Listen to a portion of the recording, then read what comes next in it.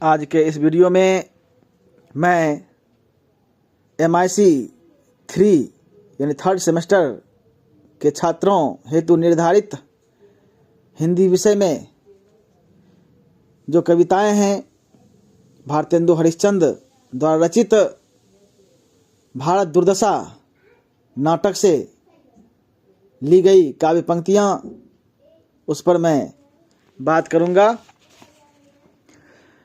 कवि, नाटककार, बहुमुखी प्रतिभा के धनी भारतेंदु हरिश्चंद्र जी ने अपने नाटक भारत दुर्दशा में जिस काव्य पंक्ति को प्रस्तुत किया है वह भारत की वर्तमान दशा को उजागर करने में पूर्णतः समर्थ है। भारत दुर्दशा शीर्षक नाटक में कवि ने भारत की दुर्दशा को व्यक्त करते हुए लिखा है, रोबहूँ सब मिल के आवहूँ भारत भाई, हा हा भारत दुर्दशा न देखी जाई। कवि कहते हैं कि अंग्रेजों का राज्य स्थापित होने के बाद भारत पूरी तरह से विविध समस्याओं से घिर चुका है। वह पूरी तरह से पददलित हो चुका है। हर तरह की समस्याएं भारत को घेर चुकी हैं। ऐसी स्थिति में भारत को इस स्थिति से उबारने के लिए कवि भारतवासियों से आह्वान करते हैं कि हे भारतवासी, आओ हम सब मिलकर भारत की जो यह दुर्दशा है उस पर विचार करें और विचार करते हुए भारत को इस दुर्दशा से मुक्त कर पुनः गौरवशाली भारत का निर्माण करें। कवि आगे कहते हैं, सबके पहले जेहि ईश्वर धन बल दीनो, सबके पहले जेहि सभ्य विधाता कीनो, सबके पहले जो रूप रंग रस भीनो, सबके पहले विद्या फल जिन गहि लीनो, अब सबके पीछे सोई पड़त लखाई, हा हा भारत दुर्दशा न देखी जाई। कवि कह रहे हैं कि भारत धर्म प्रधान देश रहा है। ईश्वर सदा से भारत पर कृपालु रहे हैं। यही वजह है कि भारत को ही सर्वप्रथम ईश्वर ने धन और बल प्रदान किया। इसी भारत को ईश्वर ने सबसे पहले सभ्यता का ज्ञान दिया। यही वह देश है जिसको सबसे पहले ईश्वर ने रूप रंग और रस से अभिषिक्त किया और सबसे पहले परमात्मा ने इसी देश के वासियों को विद्या फल प्रदान किया। अर्थात जो हमारे देश के लोग हैं, ईश्वर ने उन्हें हर तरह से संपन्न करने का भरसक प्रयास किया है। यही वजह है कि जब संपूर्ण विश्व अज्ञानता के अंधकार में खोया हुआ था, भारत उस समय विश्व गुरु था। यह सोने की चिड़िया था। लेकिन धीरे धीरे भारत की यह स्थिति बिगड़ती चली गई। कारण कई एक हैं जिसको कवि ने आगे बतलाया है। तो उस स्थिति से, जो कि वर्तमान की स्थिति है, जो पददलित स्थिति है भारत की, उससे मुक्ति दिलाने की कोशिश इन्होंने की है। वो पूर्व की स्थिति को व्यक्त करते हुए कि परमात्मा ने तो इस भारत को सब कुछ दिया, लेकिन स्थिति क्या है? कहते हैं, अब सबके पीछे सोई परत लखाई, हा हा भारत दुर्दशा न देखी जाई। अब स्थिति यह है कि सर्वगुण संपन्न वह भारत अब सबके पीछे दिखाई पड़ता है, यानी सब देशों से पीछे चला गया है। इसकी आर्थिक, सामाजिक, राजनीतिक, सांस्कृतिक, शैक्षिक, धार्मिक, आध्यात्मिक इतनी बुरी स्थिति हो गई है इसकी कि यह हर मामले में हर देश से पीछे दिखाई पड़ रहा है। यह दुर्दशा वाकई भारतीयों के लिए बहुत ही सोचनीय है, विचारणीय है। और कभी कहते हैं भारत की जो यह दुर्दशा है वह देखी नहीं जा रही है। क्या हो गया है भारत को, भारतीय लोगों को, जो अपने अतीत को भूलकर वर्तमान विपरीत स्थिति में जीने को मजबूर है। आगे कभी भारत के महापुरुषों की जो कीर्ति है उसे याद दिलाते हुए कहते हैं, जहाँ भय शाक्य हरिचंद्र नहुष ययाति, जहाँ राम युधिष्ठिर वासुदेव सरयाति, जहाँ भीम कर्ण अर्जुन की छटा दिखाई, तह रही मूढ़ता कलह अविद्या राति, अब जह देखहूँ तह दुख ही दुख दिखाई, हा हा भारत दुर्दशा न देखी जाई। कवि कह रहे हैं कि यह भारत देश इतना महिमामयी रहा है, इतने बड़े बड़े महापुरुषों का यहाँ अवतरण हुआ है, जिन्होंने संपूर्ण भारत को चरम पर ले जाने के साथ ही संपूर्ण विश्व को हर तरह से लाभान्वित किया है।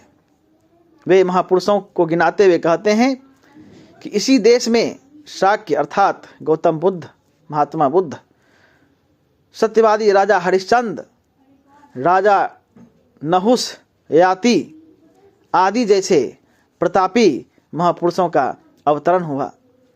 इसी देश में धर्मराज युधिष्ठिर, वासुदेव श्री कृष्ण जैसे महापुरुषों का जन्म हुआ। इसी देश में भीम, कर्ण, अर्जुन जैसी प्रतिभाशाली व्यक्तित्व का आविर्भाव हुआ। यहीं पर ये सारे के सारे महापुरुष भारत को हर दृष्टि से मजबूत करने में सफल रहे। लेकिन अब स्थिति क्या हो गई है, तो कहते हैं तह रही मूढ़ता कलह अविद्या राति, अब जह देखहूँ तह दुख ही दुख दिखाई, हा हा भारत दुर्दशा न देखी जाई। कहते हैं कि इतना शक्तिशाली सर्वगुण संपन्न भारत अब क्या हो रहा है वहाँ, तो कहते हैं हर जगह मूर्खता दिखलाई पड़ रही है। लोग मूर्ख हैं, आपसी कलह में से ग्रसित हैं, चारों तरफ अविद्या फैली हुई है। जहाँ देखें हर जगह दुख ही दुख दिखाई पड़ रही है। ऐसी भारत की दुर्दशा को देखकर कवि कहते हैं यह बहुत ही निंदनीय, सोचनीय, विचारणीय स्थिति है हमारी।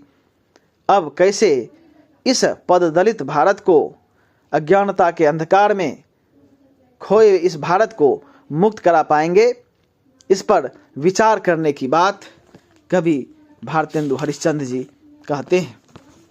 आगे वे कहते हैं, लड़ी वैदिक जैन डुबाई पुस्तक सारी, करी कलह बुलाई जवन सैन पुनि भारी, तीन नासी बुद्धि बल विद्या धन बहुबारी, छाई अब आलस कुमति कलह अंधियारी, भय अंध पंगु सब दीनहीन बिलखाई, हा हा भारत दुर्दशा न देखी जाई। कवि कहते हैं कि आखिर भारत की यह दुर्दशा क्यों हुई, इसकी वजह क्या थी। उस वजह को व्यक्त करते हुए कहते हैं कि इस भारत की दुर्दशा के कारणों में वैदिक यानी वैदिक धर्म को मानने वाले और जैन धर्म के अनुयायी दोनों आपस में लड़ते रहे। आपस में ही लड़के इन्होंने इस भारत की यह दुर्दशा की। जितने भी महत्वपूर्ण ग्रंथ थे, ज्ञान की पुस्तकें थी, सबको उन्होंने डुबा दी, उसे बर्बाद कर दिया।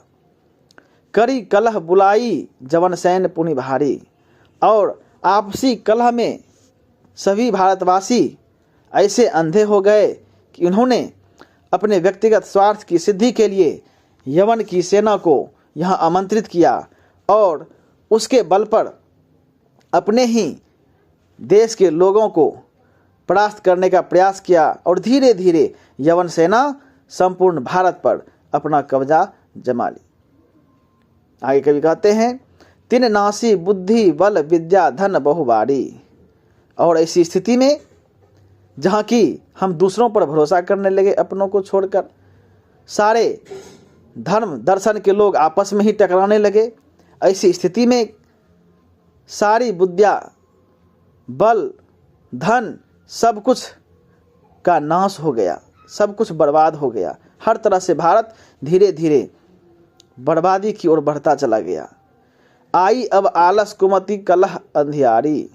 और इस स्थिति में संपूर्ण भारत में आलस्य कुमति कलह और अज्ञानता का अंधकार फैल गया। भय अंध पंगु सब दीनहीन बिलखाई। और इस स्थिति में सभी मानो अंधे लंगड़े और हर तरह से दीनहीन होकर बिलखाते हुए दिखाई पड़ते हैं, रोते बिलखते हुए दिखाई पड़ते हैं। ऐसी स्थिति भारत की जो हर किसी को पीड़ित कर रही है, इस पीड़ा से मुक्ति के लिए कवि कामना करते हैं कि हम सभी इस पर विचार करें और जो समस्याएं हैं उससे मुक्त कर हम अपने देश को पुनः पौराणिक कीर्ति से उन्हें युक्त कर दें। अंत में कवि कहते हैं, अंग्रेज राज सुखसाज सजय सब भारी, पै धन विदेश चली जात यह अति ख्वारी। कह रहे हैं अंग्रेज का जो राज है, जो वर्तमान स्थिति थी उस समय देश की, अंग्रेजों का शासन था और उस अंग्रेजों के शासन में सुख सुविधा की पर्याप्त चीज़ें थी, वैभव था, चारों तरफ धन संपत्ति या सुख सुविधाओं की कमी नहीं थी। लेकिन दूसरा जो पक्ष था उसका वह यह कि धन जो है वह विदेश जा रहा था। अंग्रेज यहाँ से धन लूट लूट कर अपने देश ले जा रहा था। यह सोचनीय विषय था, चिंतनीय विषय था। कवि कहते हैं यही सोचनीय स्थिति थी हमारे देश की। सुख सुविधाएं तो थी अंग्रेजों के राज में, लेकिन धन हमारा विदेश जा रहा था, यही दुख की बात है। उस पर भी कह रहे हैं, ताहू पे महंगी काल रोग विस्तारी। उस पर भी ऐसी ऐसी बीमारी चारों तरफ फैल गई हमारे देश में कि हम भारतवासी उस महंगी बीमारी के चक्कर में पड़कर पिसते चले गए। चारों तरफ रोग अकाल महामारी फैल गई। दिन दिन दूने दुख ईस देत हाहारी। अब लगता है जैसे इस स्थिति को देखते हुए कवि कहते हैं कि लगता है कि ईश्वर भी अब भारत की सहायता नहीं कर रहे। लगातार दिन दिन भारतीयों का दुख बढ़ता चला जा रहा है। वे हाय हाय कर रहे हैं, दुख से पीड़ा से पीड़ित हैं, लेकिन उनकी सहायता करने वाले कोई नहीं। सबके ऊपर टिक्कस की आफत आई। इतना ही नहीं, अंग्रेजों ने हर भारतीयों पर टैक्स लगा दिया। टैक्स लगातार वो बढ़ाता जा रहा था। ऐसी स्थिति में भारत जो है पूर्णतः आर्थिक रूप से, राजनीतिक रूप से, धार्मिक रूप से, हर तरह से वह पददलित होता जा रहा है। यह जो भारत की दुर्दशा है वह देखने लायक नहीं है। कभी कहते हैं कि यह जो दुर्दशा है भारत की वह देखने लायक नहीं है। कैसे हम इस भारत को इस समस्या से मुक्त कराएं, इस पर वो विचार करने की बात करते हैं। इस तरह हम देखते हैं कि कवि ने इस कविता के माध्यम से, नाटक के इस अंश के माध्यम से भारतवासियों को भारत की जो वर्तमान दशा है उसको बतलाते हुए, उसकी गौरवशाली परंपरा को याद उसे दिलाते हुए उसे पुनः प्रेरित करते हैं कि आज जो हमारी यह स्थिति है, यह जो हमारी दुर्दशा है, उसका क्या कारण है। उस कारण को दूर करते हुए हम पुनः जगें और जो समस्या है उस पर विचार करते हुए सकारात्मक प्रयास करें और इस देश को, इस भारत देश को पुनः ज्ञान गुरु, विश्व गुरु, सोने की चिड़िया बनाने हेतु हम लोग प्रयत्नशील हों, यह कवि का प्रयास है। तो आइए आज के इस वीडियो में हमने भारतेंदु जी द्वारा रचित नाटक और उस नाटक का अंश या भारत दुर्दशा शीर्षक कविता हमने पढ़ी है, समझी है। तो यह वीडियो यदि आपको अच्छी लगे तो आप निश्चित तौर पर हमारे चैनल को लाइक करेंगे, सब्सक्राइब करेंगे। बहुत बहुत धन्यवाद।